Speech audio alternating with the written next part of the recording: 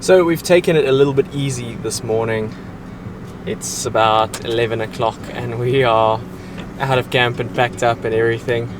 But we want to head out onto one of the 4x4 trails here at Doringkloof and just go and see, maybe we can get a nice viewpoint or something. We've only got a short drive to our next campsite. Each of our drives throughout the Baviaanskloof is only about 40 to 50 k's a day.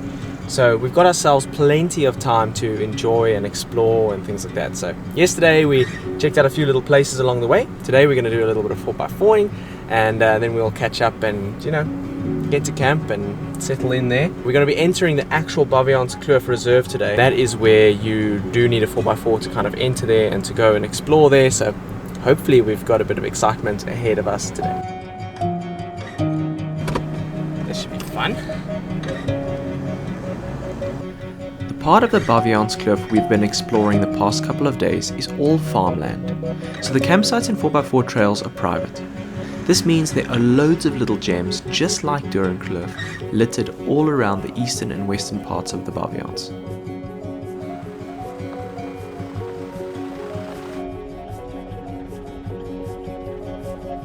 This was a really great way to get to play with the cruiser a bit more and see how it handles the tighter trails. It definitely just eats it all up, but a couple of the really tight hairpin bends can certainly be a tad more stressful in such a wide vehicle. The Hilux has a really great balance between off-road capability and also being nimble enough to get around a bit easier. But it's just so awesome to see these two rigs doing what they're made to.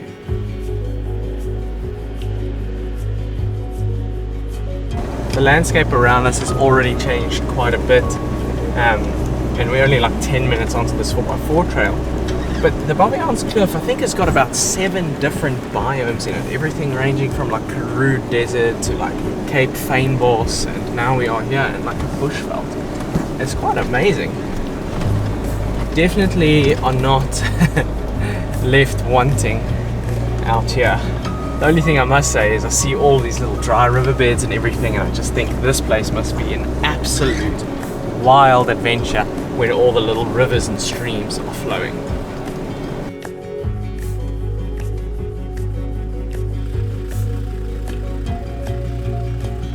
Right now we're actually in the Kouga Mountains, and over there is the Baviaanskloof Mountains. And we're going to be continuing our journey through the Baviaanskloof Mountains there and heading into the actual Baviaans Reserve, where we will then stay at the campsite known as Rooihoek. Got very little ablutions there, very little facilities. It's quite a basic campsite, but apparently it's very, very beautiful. So I'm looking forward to that. Saying goodbye to Doringkloof would be the beginning of our journey into the so-called real Baviaanskloof. As we transition from the farmlands into the nature reserve, where the roads deteriorate, our altitude drops, and the serious mountain passes begin. Maybe we'll even find some of those elusive water crossings. But one thing I know I'm looking forward to is visiting the spectacular Rooihoek rest camp on the banks of the Kouga River.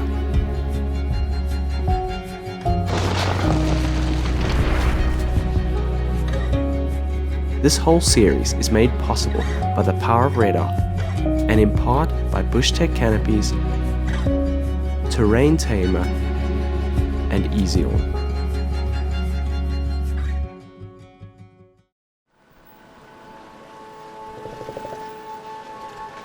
If you are going to be coming to the Baviaanskloof, make sure to download all of your booking confirmations before you arrive here, because there is no signal and it can delay you quite a bit.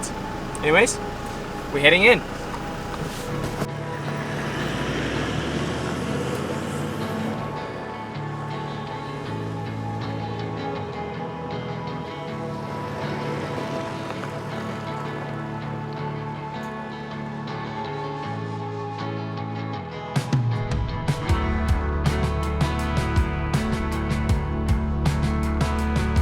We haven't been going for very long, and we realized that this road, the corrugations are terrible.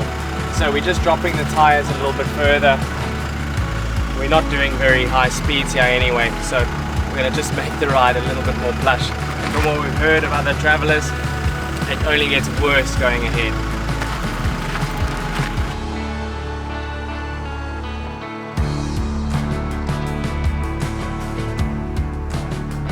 So when it comes to crossing any sort of water crossings and things like that, obviously we would need to walk it first and check it. At the moment we're in the dry season. I don't really think we're going to need to check the depth. We've seen everywhere we've been the water levels are pretty low, so it'll be pretty normal. But basically you slowly get into the water and then you push through. You create a bow wave in front of the vehicle that keeps the water away from your engine.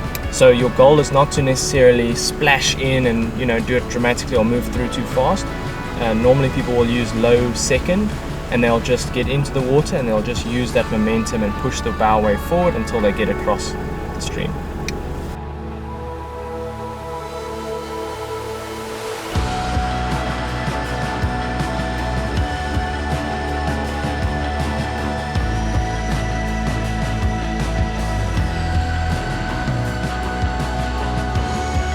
I wasn't expecting the explosion of life that the reserve had. The density of the bush, the incredible sandstone formations, and now everything we had been promised. A myriad of amazing little streams and rivers for us to cross. You can see how at certain times of the year they actually have to close the reserve off due to extremely high water levels.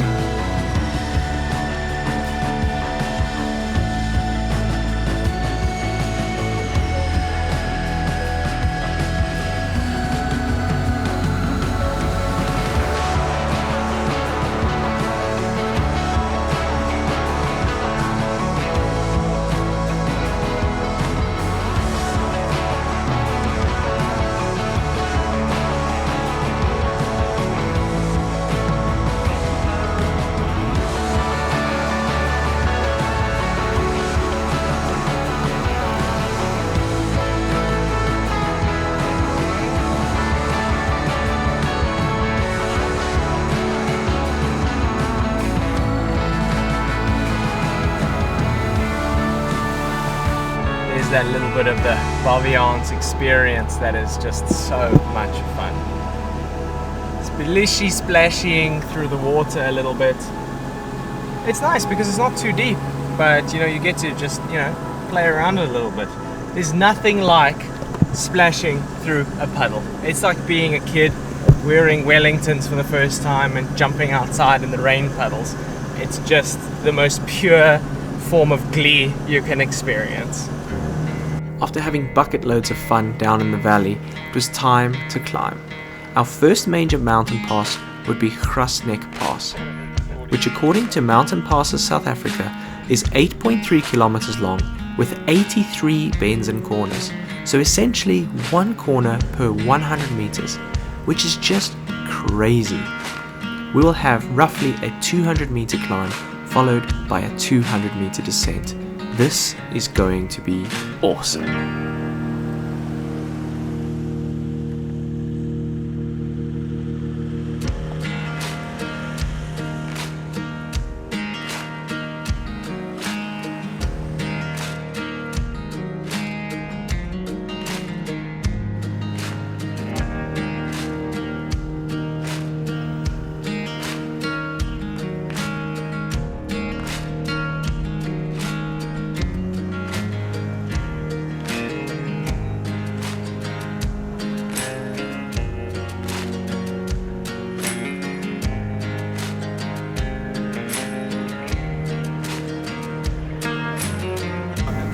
Beautiful, eh?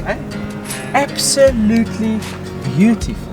I haven't done a more epic mountain pass than No, it's spectacular. And how's this? I mean, just all around us, it's just mind-blowing stuff. The mountains are getting bigger They are. and bigger. You can see why this is the nature reserve. This is just epic, epic, epic, epic scenery. Look at this, look at the squiggles on the map. And look how many more squiggles we got. This is 9.8 k's to camp, and we've got to do all of those squiggles. And the guy on the bike said the Bergplaats, which is the next mountain pass, Yes. is the difficult one. No, this is awesome. It's awesome. I'm in my element. I'm loving it. This, I understand the meaning of epic now. This is awesome.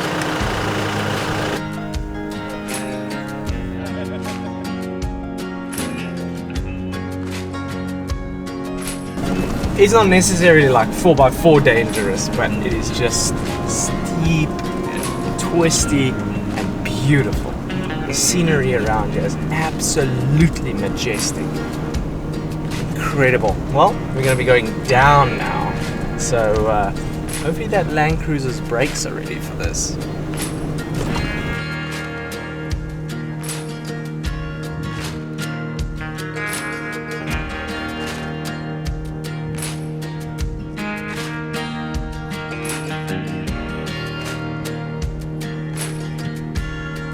I don't know what happened on this side of the Baviaanskloof, but there must be something special in the water here. The mountains are massive. The angles are steep, the vegetation is lush. It's absolutely incredible. And we've come down to almost 270 meters above sea level, so we are really not that far above the coast at the moment. It's incredible. What an absolutely thrilling day. This was a proper adventure. Just to think that our total drive for the day was around 50 kilometers, yet we'd experienced so much. Each day has had its own excitement and satisfaction in completely different ways. What a place.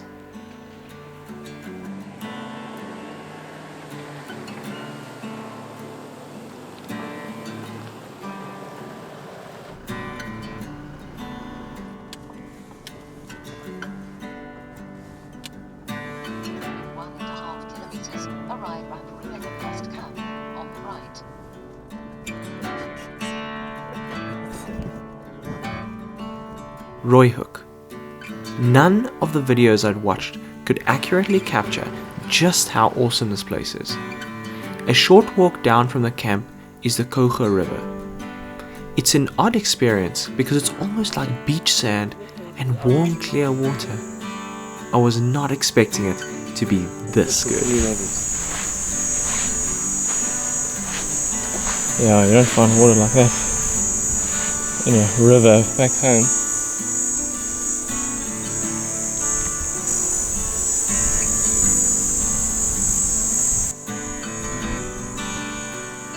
The water is so clear. Wow.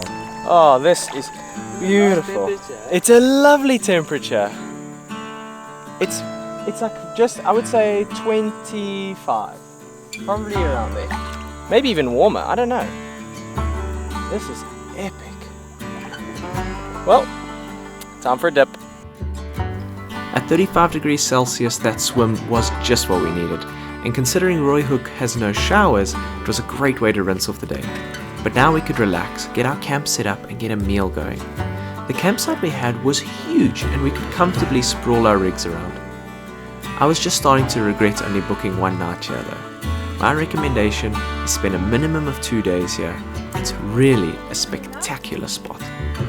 But I must say, we were ready for a feast after such a long day.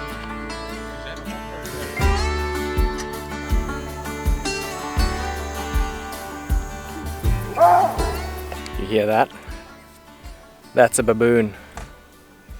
It's a terrifying sound when you hear it for the first time.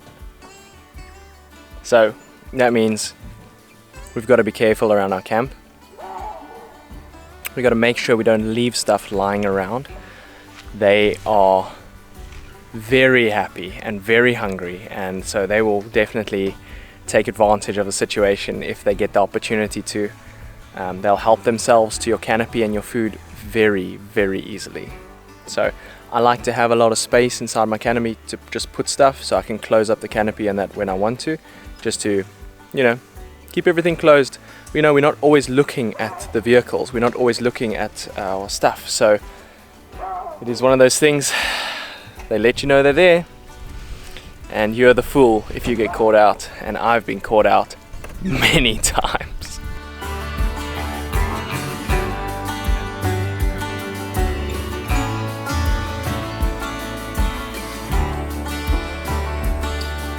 With the sun setting over the mountains and the warmth of the day beginning to chill, we could now really just kick back and soak it all in.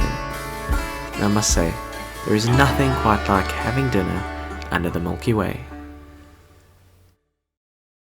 Thank you so much for joining us on this week's episode of Rome Overlanding. I really hope you enjoyed it and would love to hear what you think down in the comments below. Please remember to like, comment and subscribe. It really helps the channel, and I will see you on the next adventure. Cheers.